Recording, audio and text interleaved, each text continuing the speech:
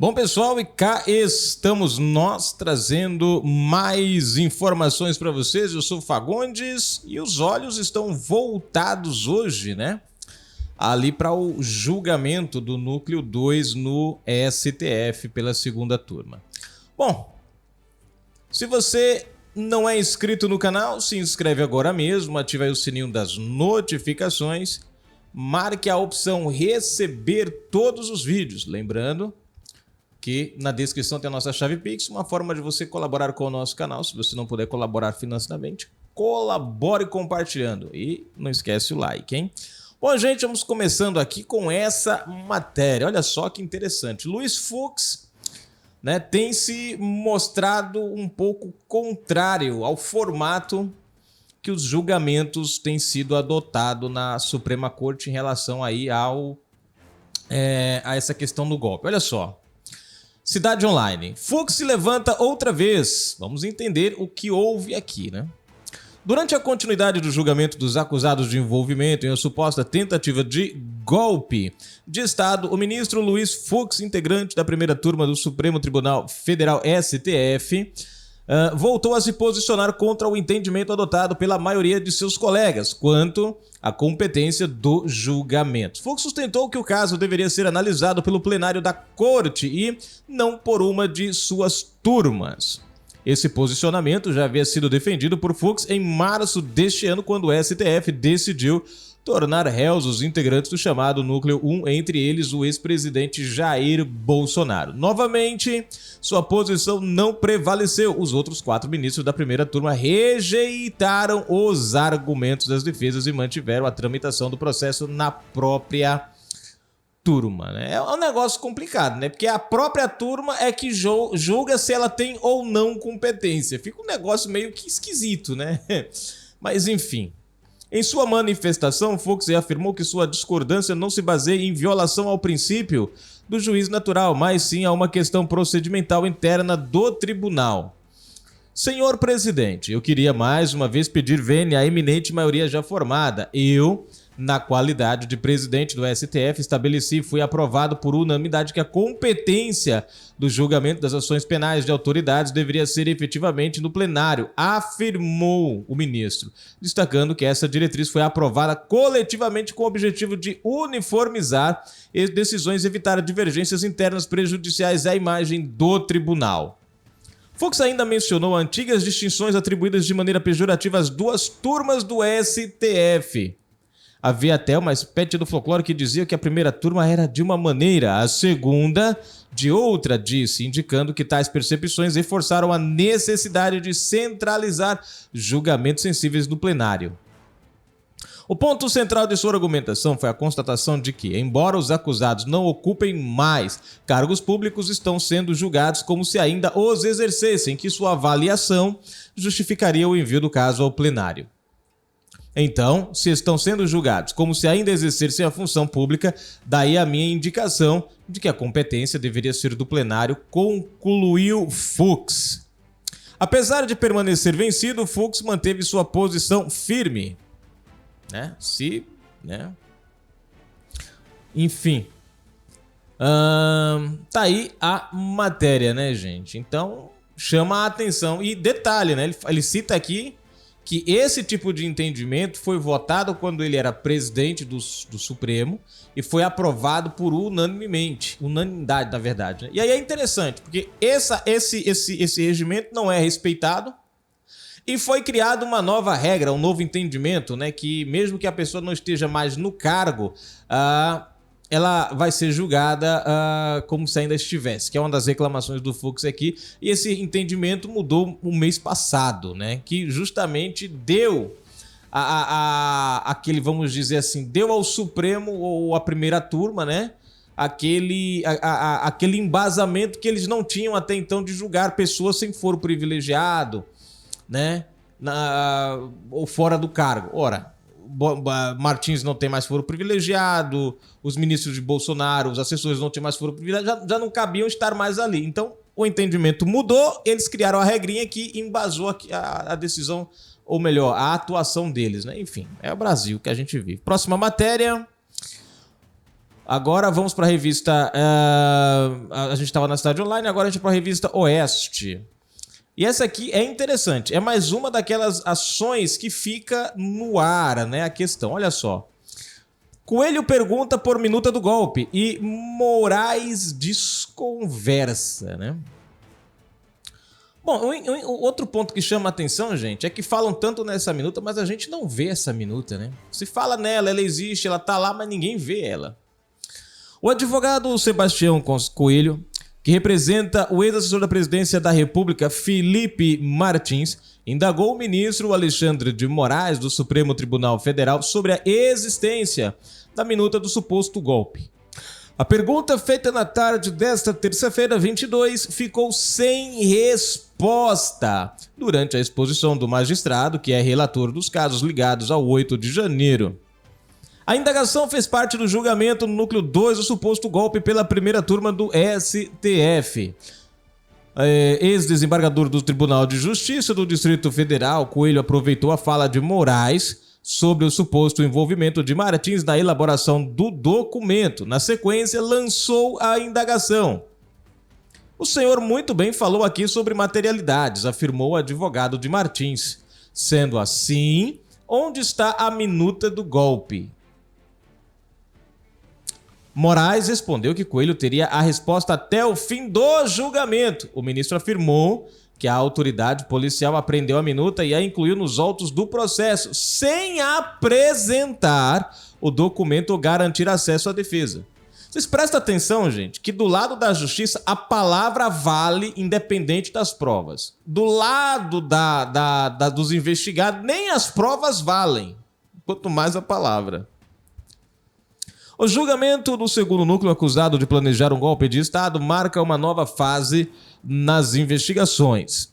De acordo com a Procuradoria-Geral da República, técnicos, assessores e aliados do ex-presidente Jair Bolsonaro teriam articulado uma estratégia para mantê-lo no poder por meio de ações supostamente coordenadas entre integrantes do governo e militares da reserva.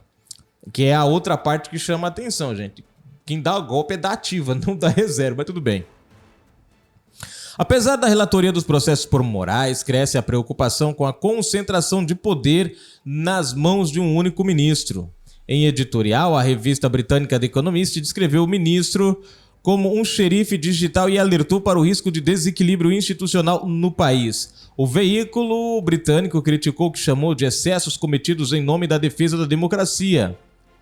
Embora a corte alegue isenção, não são poucos os que enxergam uma atuação política em detrimento da técnica, especialmente em casos que envolvem a gestão passada. As defesas dos acusados na denúncia sobre a suposta tentativa de golpe de Estado questionam a competência do Supremo. Elas alegam que o processo deveria tramitar na Justiça Comum e não no STF. Os advogados argumentam que, como os acusados não ocupam mais cargos públicos, a Justiça Ordinária deveria analisar o caso.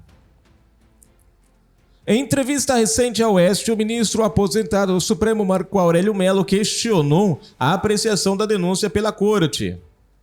Onde foi julgado hoje o presidente Lula? Na 13ª Vara Criminal de Curitiba, e lá foi condenado, afirmou Mello em contato com a reportagem de Oeste. O princípio do juiz natural deve ser observado. Cidadãos comuns devem ser julgados na primeira instância ou com direito a recurso. Apesar do entendimento de Mello e das alegações de Coelho, a primeira turma do STF decidiu tornar Felipe Martins réu, assim como os outros 5 acusados do núcleo 2 da suposta tentativa de golpe de Estado. A decisão se deu de forma unânime. Cristiano Zanin, Flávio Dino, Luiz Fux e Carmen Lúcia acompanharam o entendimento de Moraes. Vocês já observaram, gente? É um julgamento que não se tem a menor possibilidade de alguém acreditar que o resultado seria outro. Não tem. É tanto de oposição quanto de situação. Todo mundo já sabe que o julgamento seria esse o resultado. Isso é bem preocupante. O fato de você já ter uma decisão antes mesmo, né? Mesmo que essa decisão seja de opinião, mas todo mundo tenha medo. Ninguém não tem. Você não consegue vislumbrar aquela expectativa. Será? Será? Não. Sim, não. Não, aqui todo mundo já sabe o resultado. Próxima matéria. Revista Cidade Online também. Título da matéria. Né? Cadê aqui? Aqui. Felipe Martins se torna réu por suposta tentativa de golpe. Vamos à matéria. A primeira turma do Supremo Tribunal Federal, STF, decidiu por unanimidade tornar Felipe Martins réu por suposta tentativa de golpe de Estado. O ex-assessor da presidência no governo Jair Bolsonaro, PL, é acusado dos seguintes crimes: abolição violenta do Estado Democrático de Direito, tentativa de golpe de Estado, dano qualificado, deterioração de patrimônio tombado e participação em organização criminosa armada. Além de Felipe Martins, o STF analisa as denúncias contra mais 5 acusados: Silvinez Vasquez, diretor-geral da Polícia Rodoviária Federal, PRF; Marcelo Costa Câmara, ex-assessor de Bolsonaro; Marília Ferreira de Alencar, delegada da Polícia Federal; Fernando de Souza Oliveira, delegado da PF; Mário Fernandes, ex-secretário executivo da Secretaria-Geral da Presidência. O voto foi proferido pelo relator, ministro Alexandre de Moraes, e foi seguido pelos demais magistrados da primeira turma, o presidente Cristiano Zanin, Carmen Lúcia, Flávio Dino e Luiz Fux. Felipe Martins esteve presente no julgamento do núcleo 2 da suposta tentativa de golpe de Estado. Ele recebeu a autorização de Moraes, mas houve uma série de restrições impostas ao ex-assessor de Bolsonaro. O ex-assessor só tem autorização para ir ao aeroporto de Brasília, ao hotel onde está hospedado e ao julgamento. A defesa do denunciado chegou a pedir a revisão das medidas, porém Moraes manteve as restrições em decisão publicada na segunda-feira, 21. Todas as demais cautelares continuam em vigor, ressaltando-se novamente que não deverão ser realizadas ou divulgadas imagens do julgamento ou de seu deslocamento, mesmo que por terceiros, sob pena de multa e conversão imediata em prisão nos termos do artigo 312, primeiro do Código de Processo Penal, determinou Moraes. Uma pergunta, gente, por que não pode filmar o julgamento? Por que não pode? Porque, né? Você vê, o pessoal entrou e os celulares foram todos configurados. Gente, alguma coisa não tá batendo nessa. Porque, são processos sigilosos, com vazamentos seletivos. Aí tem coisa que vem a público, como as mensagens do Taliaferro, aí depois são retiradas do público. Julgamento não pode ter... Eu acho que é para evitar o que aconteceu no julgamento com Bolsonaro, né? Não sei. Bom, tá aí a matéria, né? Para evitar, né, que a sociedade tenha acesso a informações como a gente viu no caso do julgamento de Bolsonaro, né?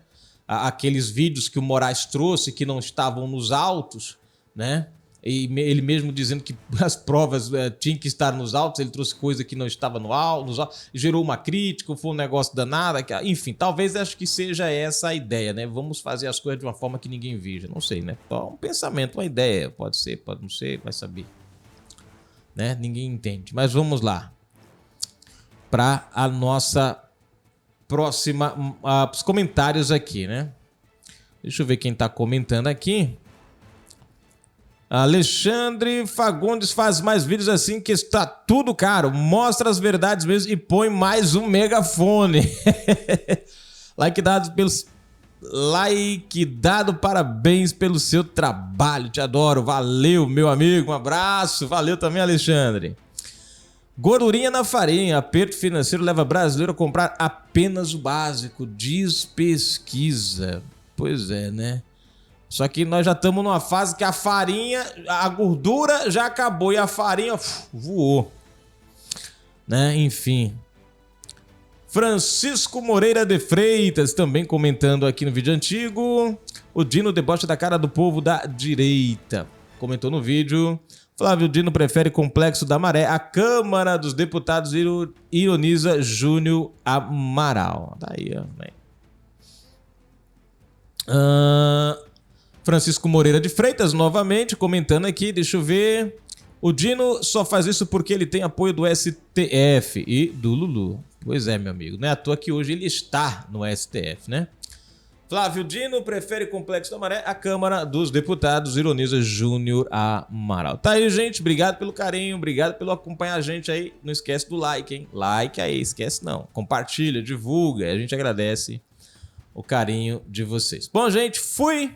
Até a próxima. Fiquem com Deus e um bom descanso para vocês aí. Boa terça-feira.